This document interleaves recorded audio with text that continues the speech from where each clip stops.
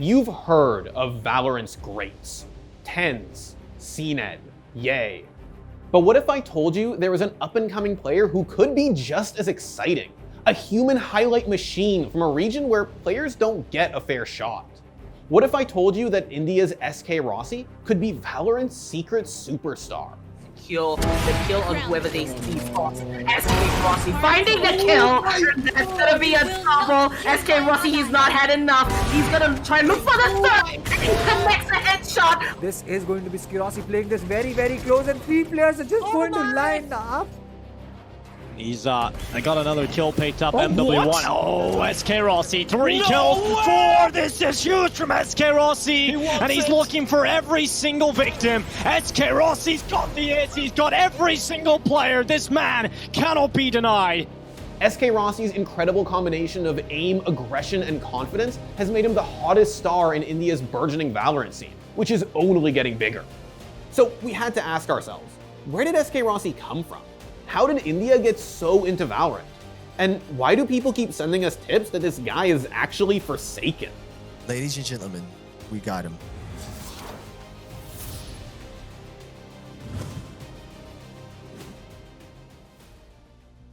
In 2017, India's PC gaming scene was scrappy but relatively small. There were a bunch of games that were popular, including CSGO, but Indian teams weren't exactly international superstars.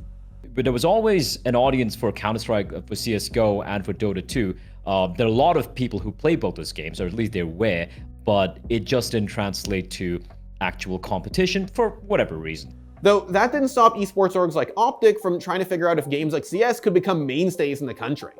But SkRossi's path to pro began with Dota 2, when his dad gave the 16-year-old his first desktop PC. In 2016, SkRossi won a tournament at a local internet cafe, and he quickly became a constant presence there, but for a different game. I started going to that cafe very often because PCs were nice, and there was this game called Piercing Blue, and there were also people playing that game. From there, I was like really interested because the atmosphere and the feeling when you play something competitive and when there is something on the line, I really like that atmosphere, and the feeling was insane. Piercing Blow, or Point Blank as it was known in some places, launched in India as a free-to-play game. SkRossi's team won the Point Blank National Championships in India in both 2016 and 2017, even going to the 2017 World Cup. But when Piercing Blow died, SkRossi's connections helped him transition to CSGO. So after that, again, the game got shut down in India, so I had to, I was looking for any other games to play, and my friend introduced me to Counter-Strike Go, CSGO. So he's like, okay, this is also an FPS game. Why don't you give it a try? I'm like, in fact, his aim plus his sudden emergence made some old-school Indian CS pros wonder if maybe he had some assistance. I just want to make the crowd go crazy with my nutty shots. I hope to hit some few of the whack shots, like the rumors are going around me that I'm kind of a fishy player. But SkRossi was legit, and once he proved he wasn't a cheater, he quickly became one of the country's most exciting young players. Unfortunately, another pro who wasn't so legit was about to strike a devastating blow to Indian esports. When Forsaken was caught using cheats on LAN at Extremesland Asia 2018, it ended Optic Gaming's involvement with India. And for a lot of fans, that was a worrying sign for the whole country. We thought that Optic would come out in support of us and then let us know that they got our backs, and at least until the trip was over, until we got back home to Indian soil. But all they said was, we're shutting down this division, goodbye, and there was no funding support also. From that point, it was cut. But Forsaken's actions didn't destroy all of Counter-Strike in India. In fact, SkRossi was still killing it. And now this is gonna bite them in the butt. SkRossi still managing to land some sweet one taps. Does manage to take out Vexy. Oh my god! He just jizzed all over them, dude. What the hell? It's gonna be time for SkRossi's shine. 38 seconds, and there you go. It's gonna take them both down. Ladies and gentlemen, look at this. SkRossi. So he's gonna have to quickly make his way onto the site, and yeah, actually he doesn't even need utilities, man. He's just got his bullets, .50 caliber, easy peasy. Gonna get that aim straight to the face, put a bullet through the skull, and move on to the next enemy. Alright, so 1 versus 2. Gonna spot one more player, alright. He's gonna isolate himself into a 1 versus 1. What? Told you! But in 2020, a game came out that forced Indian CSGO pros to make a choice. With Valorant's release, Indian CSGO players had a decision to make. Should they stick to the game that they arrived late to and struggled in internationally, or should they cut their losses and switch over to a new, untested title?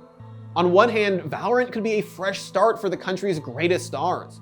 On the other, it could also crash and burn. But then, something else happened that answered the question for them.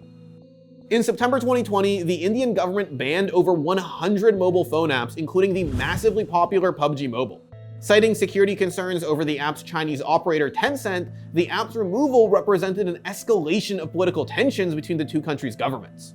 But it also meant that the 175 million Indians who downloaded the game had to find something new to play, or watch in the case of the game's streamers. Valorant comes out, these guys stream it, and suddenly you have these literally millions of viewers overall. You combine some of the streamers' concurrent numbers, it's massive, right? And suddenly they're exposed to not just a whole different game, but a whole different sphere in itself, which is esports, PC esports.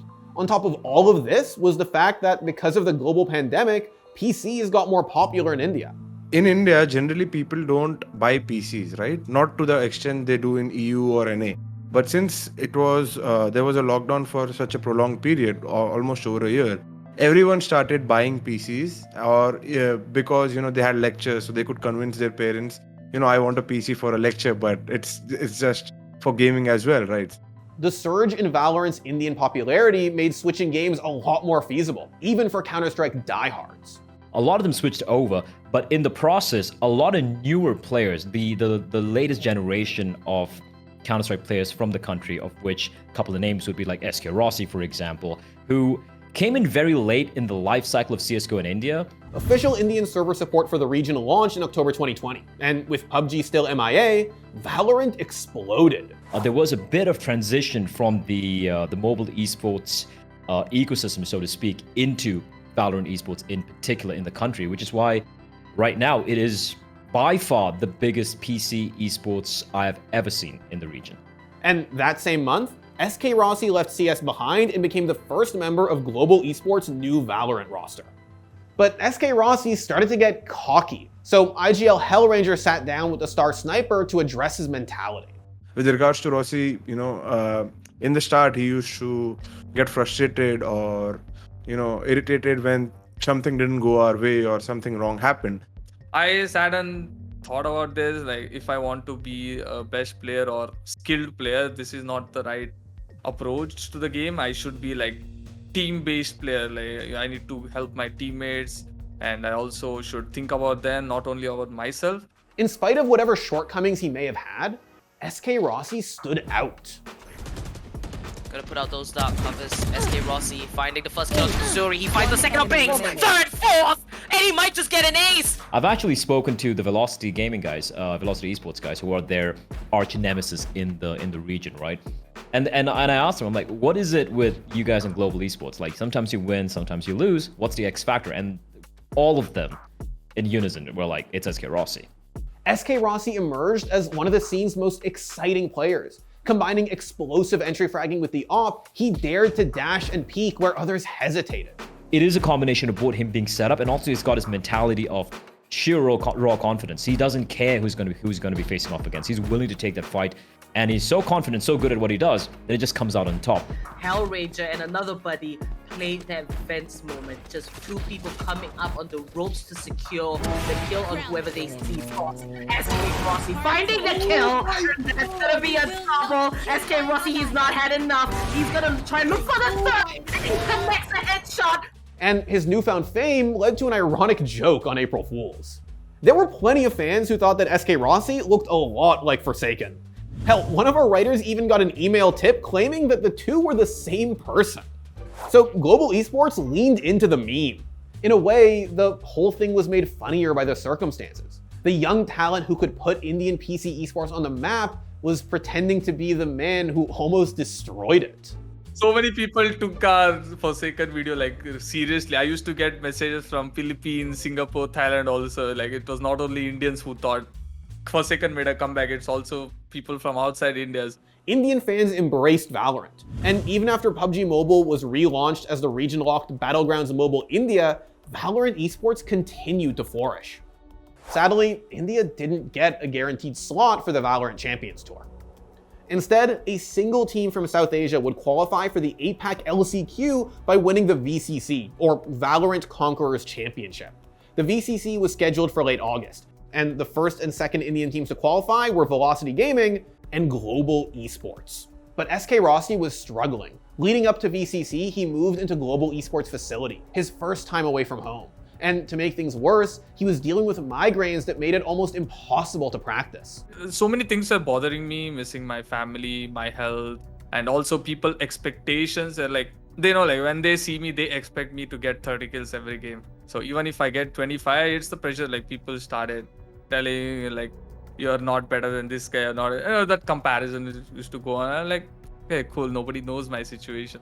SkRossi pushed through it all. Global Esports made it to the grand finals of VCC, facing Velocity Gaming in a 5-game series to determine who was really India's best Valorant team.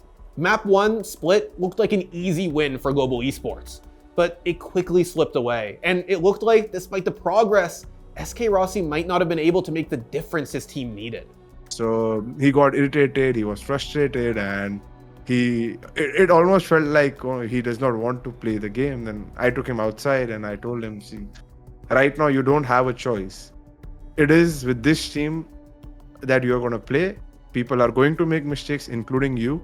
So you need to just accept that fact and play the next 4 maps. If you play the way you're playing right now, you are going to lose and the team is going to lose. All of us lose. I know you want to win, but everyone else also wants to win. And it was just like, me saying that thing is one thing, but him just doing a mental switch was a really good thing. SkRossi bounced back in map 2 and 3, but after a loss on Icebox, it all came down to map 5, Ascent. Global fell behind early. They were down 9-3 at the half, and victory looked impossible. But SkRossi pulled through. He's been able to show up. He's got another kill picked up. MW1. What? Oh, SkRossi, 3 kills, 4. This is huge from SkRossi, and he's looking for every single victim. SkRossi's got the hits. He's got every single player. This man cannot be denied. Looking to find something, they're giving him nothing. And SkRossi. Oh no way! Oh my god! He finds that! The no-scope, SkRossi, what are you doing?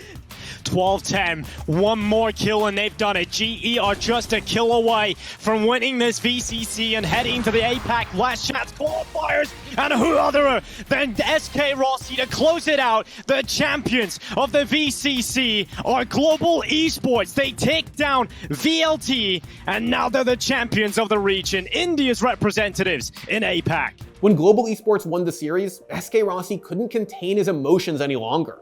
And he didn't have to. It always comes with the journey you went through, things you went through, and winning that tournament was, it meant so much to me. Even after they made it into the last chance qualifier, expectations for Global Esports weren't that high. The other SCA teams hailed from historically stronger regions like Korea, Japan, and Singapore, and some of them had main stage VCT experience against much stronger teams. A massive upset win over Korea's Damwon Gaming got the world talking, but it was followed by losses to Paper Rex and F4Q. For SkRossi though, even if winning would have been better, this was a good start and a path forward. Counter-Strike wasn't a dead end for India. Valorant gave them another chance to prove themselves. And whatever happens next, you can bet that SkRossi's unpredictable style will continue to turn heads and get clipped no matter where the region goes. Thanks for watching. If you want more content like this, hit the sub button and ring the notification bell. For unique bite-sized videos you won't find anywhere else, hit us up on our Twitter, Instagram, Facebook, and TikTok.